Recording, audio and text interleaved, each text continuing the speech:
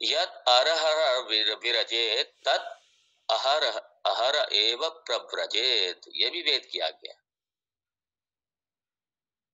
कि यदि ब्रह्मचारी ब्रह्मचर्य आश्रम में वो इसका अधिकारी है, वो साधन चतुष्टय संपन्न अधिकारी है, विरक्त है, मुक्ति चाहता है, तो वो सीधा ब्रह्मचर्य आश्रम के बाद में सीधा संन्यास में जा सकता है, सीधा सन्यासी हो सकता है।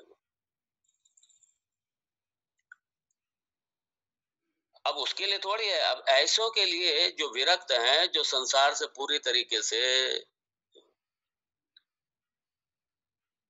अनासक्त हो गए हैं, विरक्त हैं पूरी तरीके से, तो उनके लिए ये जो आप बता रहे हैं ये कर्म उनके लिए नहीं है। ये कर्म उनके लिए नहीं है। तो इसीलिए और वेद ने कह दिया, आप जो कर्म से मुक्ति बता रहे हैं कि कर्म आवश्यक है, वेद ने कह दिया। क्योंकि आप ये लॉजिकली भी समझ सकते हैं और वेद का प्रमाण भी मैं आपको दे रहा हूं, न कर्मणा न प्रजया धने न त्यागे नैके अमृतत्वमानशु वेदांत विज्ञान सुनिश्चितार्थ संन्यास योगात्यतय शुद्ध सत्वा आह ते ब्रह्म लोकेषु परांत काले परामृतात् परिमुच्यन्ति सर्वे। ये वेद की आज्ञा है। ये न कर्मणा न प्रजया धनेन, इसलिए सीधा ब्रह्मचर्य आश्रम से ही वो सन्यास में भी जा सकता है। और वो स्टेज वाइज आश्रम, ब्रह्मचर्य आश्रम, गृहस्थ आश्रम, वानप्रस्थ आश्रम और सन्यास आश्रम, इस तरीके से भी वो अपनी यात्रा कर सकता है। तो हमारे यहाँ चॉइस है। लोकेस्मिन दुविधा निष्ठा पुरा प्रोक्ता मया नघ, पुरा प्रोक्ता मया नघ भगवान कहते हैं, तो इसी को कहते हैं भगवान पुरा प्रोक्ता मया नघ। हे अनघ, हे अर्जुन, अरे हे मैं पहले कह चुका हूँ। क्या कह चुके हैं आप? लोकेस्मिन दुविधा निष्ठा, ये जीवन की ये दो शैलियां, चाहे तो आप सीधा ब्रह्मचर्य आश्रम से सीधा संन्यास्त हो जाएं, और नहीं तो आप ब्रह्मचर्य आश्रम से गृहस्थ में आए और उसके बाद में अपनी यात्रा को आप आगे बढ़ाएं।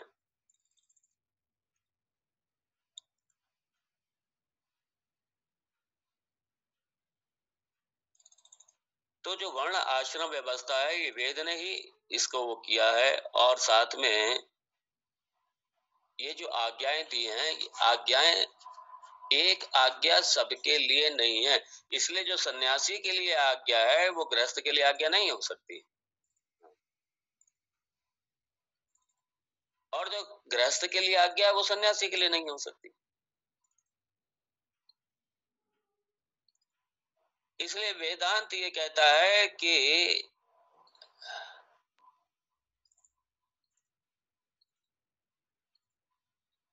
अगर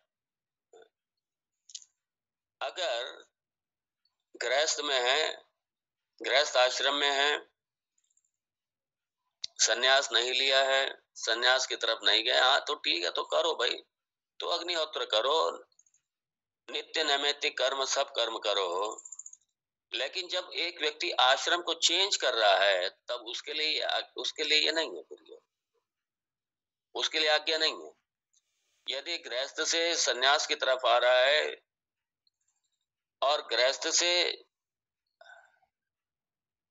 अगर वानप्रस्थ की तरफ जा रहा है, तो उसके लिए नहीं है ये विधि, उसके लिए आज्ञा नहीं है ये, उसके लिए ये अप्रासंगिक हो जाएगी आज्ञा। क्योंकि सन्यास में ये तस्य कार्यम न विद्यते भाई, उसके लिए थोड़ी है ये कोई, उसके लिए नहीं है। तो ये विधि सन्यासी के लिए नहीं है। इसलिए सन्यासी तो विधि से धर्म से उठ गया ऊपर भाई, वो तो उसका छूट गया ये सारा, उसका तो ये सब उसके लिए नहीं है ये। तो उसके लिए जब भाई ने तो उसके लिए थोड़ी पाप है। अगर वो नहीं करेगा तो उसको पाप लगेगा। इसलिए गृहस्थ नहीं करता तो पाप लगेगा, सन्यासी नहीं करता तो उसको थोड़ी पाप लगेगा। उसके लिए तो ही नहीं है विधि सारी, उसके लिए विधि नहीं है ये।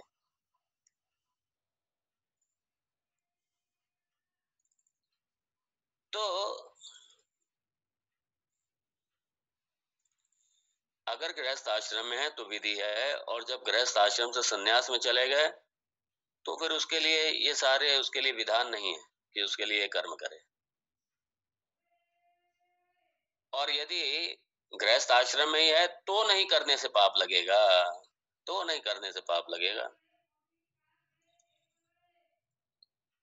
तो इसीलिए जो आप कहते हैं कि नहीं, मतलब क्योंकि कर्म कांड में बहुत से लोग यही समझते हैं कि संन्यास का विधान ही नहीं है। इसी श्लोक के आधार पे वो निर्णय निकालते हैं कि संन्यास का तो शास्त्र में विधान नहीं है। कुर्वन्नेवेह कर्माणि जिजी विशेषतः समा, तो संन्यास का विधान ही नहीं है। लेकिन उससे पहले वाला श्लोक भूल गए वो।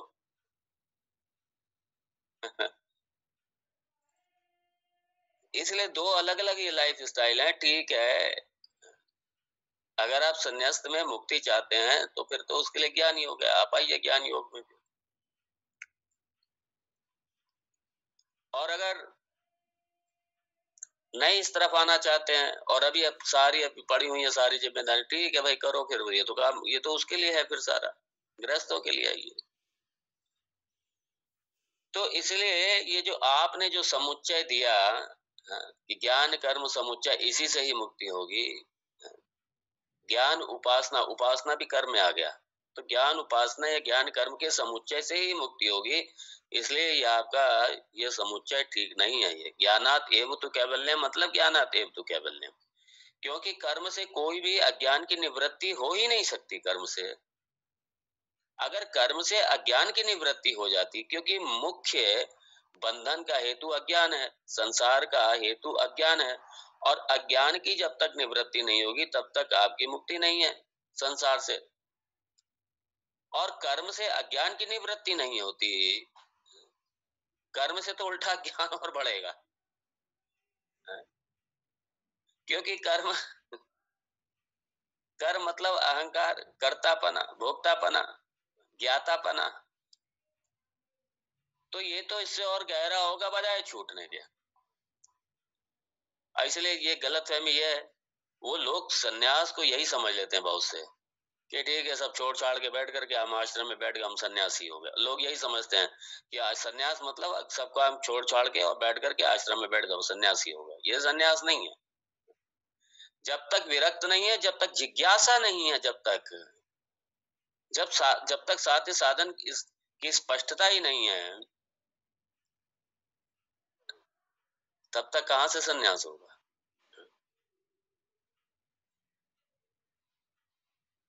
तो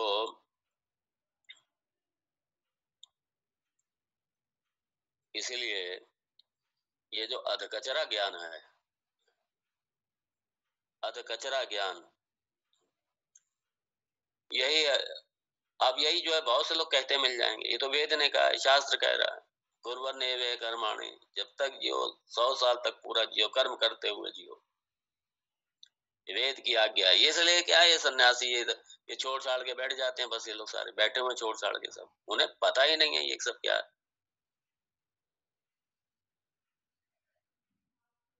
यही ग्रस्त जब विरक्त होकर के, जब उसका ये स्पष्ट है कि मुक्ति का साधन ब्रह्म विद्या है, आत्म विद्या है, जब यही ग्रस्त इस तरफ बढ़ेगा, ब्रह्म विद्या की तरफ बढ़ेगा, तो उसे कर्म को कम से कम करना ही पड़ेगा, कम से कम करना पड़ेगा। क्योंकि अब पता है कि कर्म की प्रासंगिकता नहीं रही।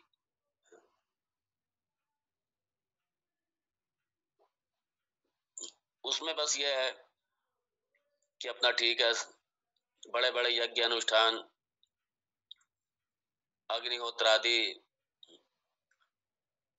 ये सब के बजाय फिर ठीक है संध्या वंदन कर लिया, प्रातः संध्या साय संध्या, उपासना कर ली, प्रातः संध्या, संध्या प्रातः संध्या कर ली, साय संध्या कर ली। अब ये बड़ा दुर्भाग्य है, ये हमारे हिंदुओं की, मतलब हम दूसरा कोई जिम्मेदार नहीं है, हिंदू ही जिम्मेदार है, दूसरा कोई जिम्मेदार नहीं। पता ही नहीं क्या होती है संध्या वंदना, क्या होती है साय संध्या, प्रातः संध्या, सब धीरे धीरे सब छोड़ते चले जा रहे हैं। जनेऊ संस्कार खत्म हो गए। जनेऊ संस्कार होता है विवाह से 2 दिन पहले बस अब।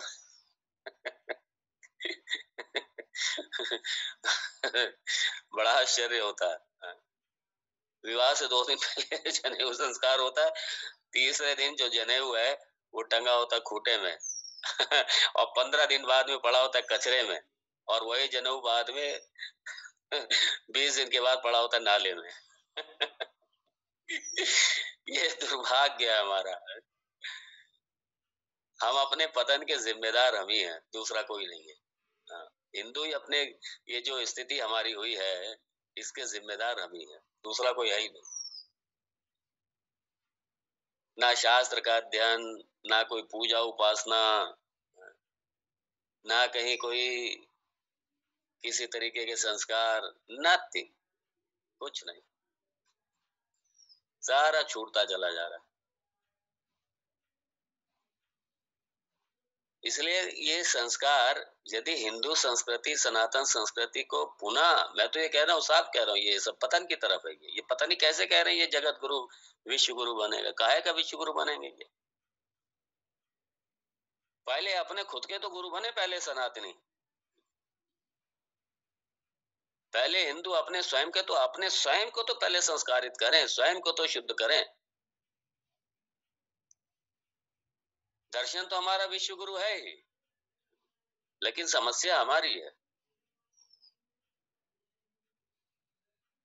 इसलिए ये सारे संस्कार, ये फिर से, ये षोडश संस्कार कम से कम ये फिर से, गर्भधान संस्कार, विवाह संस्कार, सारे क्या, विवाह भी क्या बताएं, बस जैसे पशुओं का मिलना हो रहा है ऐसे इंसानों का मिलना हो रहा है बस।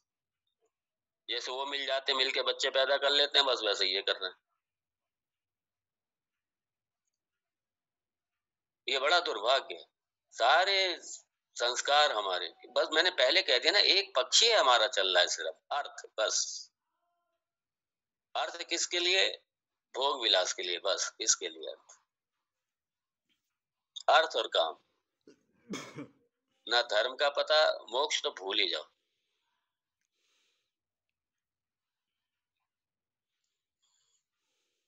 इसीलिए अब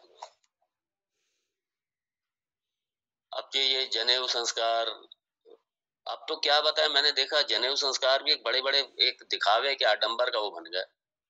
जनेऊ संस्कार करेंगे और उसमें जैसे विवाह में फंक्शन करते हैं ऐसे फंक्शन करेंगे, और तीसरे दिन तो बच्चा भी भूल जाता है ये जनेऊ संस्कार मेरा हुआ क्यों था। ना माता-पिता बताते हैं उनको, भूल जाते हैं। बड़े-बड़े आयोजन करके, आडंबर दिखा के जनेऊ संस्कार हो रहे हैं। जनेऊ संस्कार किसके लिए हो रहा है पहले ये तो देखो। जिसका जनेऊ संस्कार हो रहा है उसे पता नहीं कि मेरा जनेऊ संस्कार हो क्यों रहा है, मुझे गायत्री करनी है, मुझे उपासना करनी है, मुझे ईश्वर का स्मरण करना है, प्रातः संध्या, साय संध्या मुझे करनी है, इसके लिए जनेऊ संस्कार हुआ है। और मैं देख रहा हूँ ये संध्या वंध्या तो सब खत्म ही हो गई। बस ज्यादा बस जात बहुत ज्यादा, चलो ये भी अच्छा है, बस अपने घर में जो भी मंदिर बना है, बहुत से घरों में तो ये सब कुछ है ही नहीं। मैं कई बार पूछता हूँ कि आप मंदिर जाते हैं, जनरल कई बार लोगों से पूछ लेता हूँ मैं, जो जो सत्संग में लगे उनकी बात नहीं कर रहा, मैं जनरल लोगों की बात कर रहा। हाँ महाराज, कभी कभार चले जाते हैं, बस कभी कभार, जाते ही नहीं है मंदिर, खाली पड़े रहते हैं मंदिर। कॉलोनी वाले मिलकर के मंदिर बनाएंगे, और जोश होश में भंडारा भी हो जाएगा, सब हो जाएगा, और 4 दिन बाद में ना तो वहां कोई पूजा करने वाला, ना घंटी बजाने वाला, ना शंख बजाने वाला, कुछ नहीं। 4-5 दिन के बाद में कुत्ता बैठा होता है वहां पे बैठ करके, और उसके बाद 2-4-6 महीने के बाद में मालूम पड़ा है कि बस वो मक्खियां भिनभिना रही हैं, कूड़ा कचरा पड़ा है सब, कोई झाड़ू लगाने वाला नहीं, कोई सफाई करने वाला नहीं। ये स्थिति हो जाती। तो जब इस तरीके की, जब हमसे पाप हो जाते हैं, तो इस पाप का आखिर फल तो हमें ही भोगना पड़ेगा ना, तो दूसरा थोड़ी भोगेगा। ये पाप है ये सारे। इसलिए कई बार ये जो कॉलोनियां, लोग इस चीज का ध्यान नहीं रखते हैं। कई बार कॉलोनी में कोई ना कोई ऐसे संकट आ जाते हैं, सामूहिक कुछ ना कुछ ऐसा प्रारब्ध निकल के आ जाएगा कि सबको भोगना पड़ेगा।